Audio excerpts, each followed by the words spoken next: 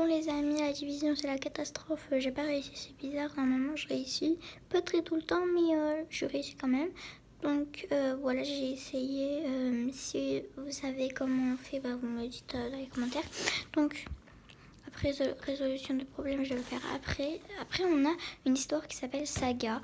Du coup on lit pas tous les jours mais qui est vraiment trop bien. En fait il y a je vais vous raconter tout ça dans une autre vidéo parce que voilà. Et du coup voilà. Mais j'aime trop cette histoire. Donc ça donne des questions et tout. Ici on a une partie de l'histoire. Attendez, je vais la lire.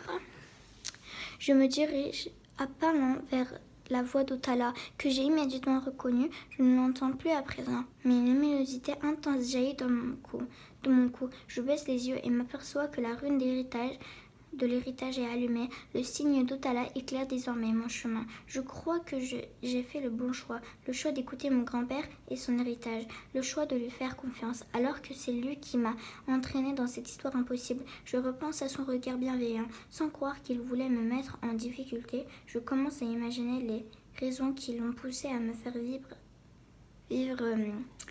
cette aventure singulière, me promettre des risques que je n'ai jamais pu rencontrer dans ma vie de jeune fille, de prouver mon courage face à des obstacles pour devenir plus forte. La rune d'héritage est désormais activée, il ne me reste deux autres, celle de Sol et de Mani. En relevant les yeux, j'aperçois deux immenses portes de pierre qui se dressent devant moi. La première porte s'ouvre dans un frottement poussiéreux et bruyant. Derrière, une jeune fille est dans sa chambre, allongée sur son lit, en train de lire un livre.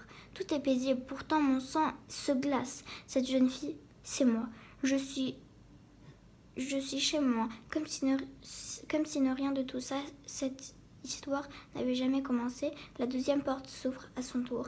Et je me reconnais de nouveau. Cette fois-ci, je ne suis pas dans ma chambre, mais je me vois ici, dans la forêt, de nouveau. Je n'arrive pas à décider du chemin à suivre. Je dois franchir la porte où je me vois, dans la chambre pour tout oublier ou au milieu de la forêt.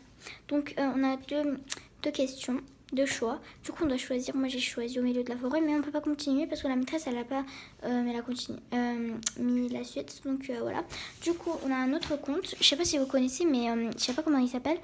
Il était une fois un riche marchand et je vais vous le lire après. Donc, voilà, j'ai pas trop de temps pour cette vidéo. Du coup, à tout à l'heure. À tout de suite, en fait.